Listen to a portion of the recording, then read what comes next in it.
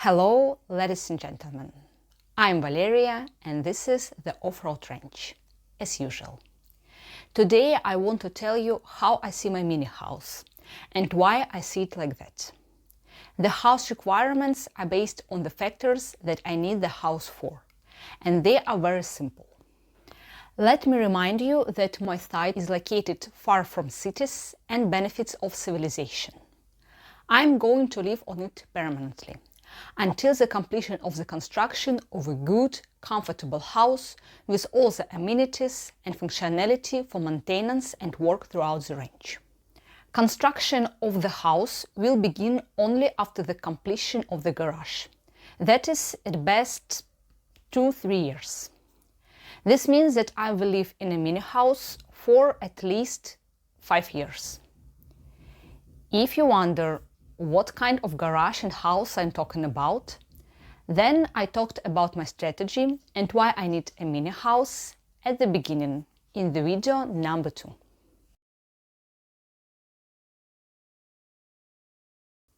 The mini house should provide the following functionality: living with the benefits of civilization, sleep, cooking, food storage, hygiene of me, things and tools.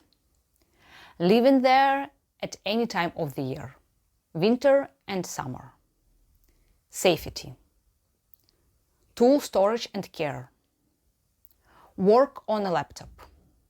Shooting, video editing, work if there is time, communication with the outside world, and the possibility of continuing to work on the range. That is, in terms of comfort, a mini house should be close to such living as if I lived in the city in an apartment.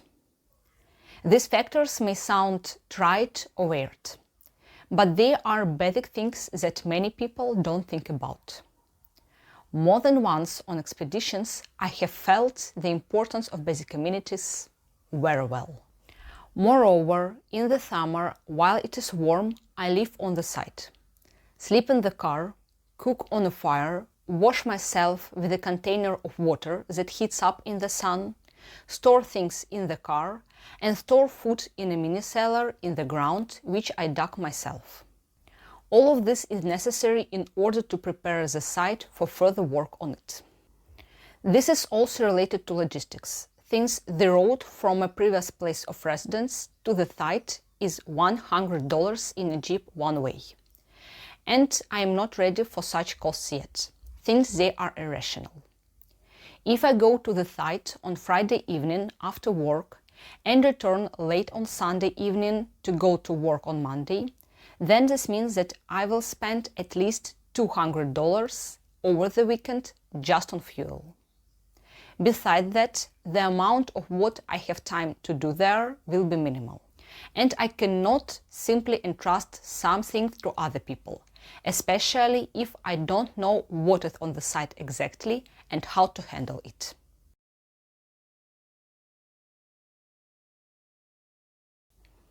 Also, if I spend 8 days a month on the site, I still have to pay for a full month of renting an apartment in the city, which means that in addition to $800 for the road, I still have to pay $400 for renting an apartment and utility bills, if the cost of rent will not increase. And I don't have the resources for such expenses, especially since the speed of progress towards the goal, in this case, will be minimal, and the time frame, I mean summer, is very short. And while all the work is basic, I will do it myself as long as possible. But basic work doesn't mean it's easy for me to implement or cheap to hire workers. The minimum work to improve my site of 2,500 square meters will take around 450 man-hours and will cost me at least $10,000, according to minimum commercial offers from individual entrepreneurs and other unregistered persons from private ads. If I do this work on my own on working days and work on other things on the weekend staying on the site, then I need around 3 months to do this amount of work. In current conditions, I cannot earn $10,000 in 3 months. Therefore, the most rational and economically justified solution is a permanent stay on the site. Therefore, doing all the work on my own and living on the site permanently, I can save finances, which I don't have anyway, and I can focus on moving towards my goal and devote 100% of my time to this. And I can handle somehow with an axe, a shovel, and a machete.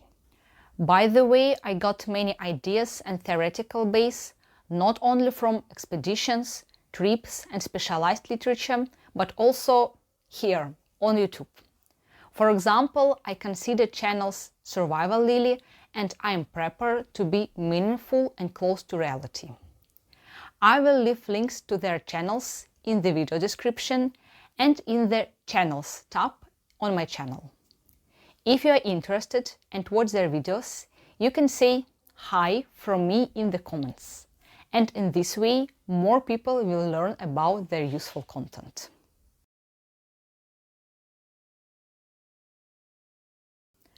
Although living in natural wilderness conditions I consider normal, such conditions are extreme, and excessive exposure to natural wild conditions affects health negatively. And it will be all the more strange to hear in the comments to be in such conditions all the time from armchair critics who themselves haven't done anything in this life. And in general, it is normal for a person to strive to create favorable conditions for himself and around him. Although in our time the benefits of civilization and convenience at every step have spoiled us and made us tender and helpless. So, I finished the work on the site at the end of summer or at the beginning of autumn, under favorable conditions and circumstances. If I don't get sick, don't get injured, and no one eats me. And after that, I need to deal with the installation of the foundation and the installation of the house, because according to the conditions for the sale of the site, I need to move there permanently within a year from the date specified in the sales contract. Therefore, I need a house, and I need to understand now what my house will be like. Given that from the moment of ordering to installation at least 3-4 months will pass, I have to order a house at the factory until the 1st of July at the latest. After the installation of the house, commissioning will begin, which in a good case will also take 3-4 months. And this requires not only an installed house itself, but also infrastructure and approved communications, that is, water, a septic tank, electricity. Therefore, I cannot just finish the work on the site in early autumn and go back to live in the city, because firstly, I will lose the site, and secondly, that's enough. Everything else is already very secondary, because I don't want to lose already spent money which must be returned. And even more, in the winter I will be engaged in repairing the car, further improving the site, planning the site for further buildings, 3D modeling. And living on the site is a huge advantage, because I will see its condition every day with my own eyes at different times of the year and weather. And with my own hands, I can draw the real dimensions in kind in order to see if the buildings fit on the site and how to arrange them best.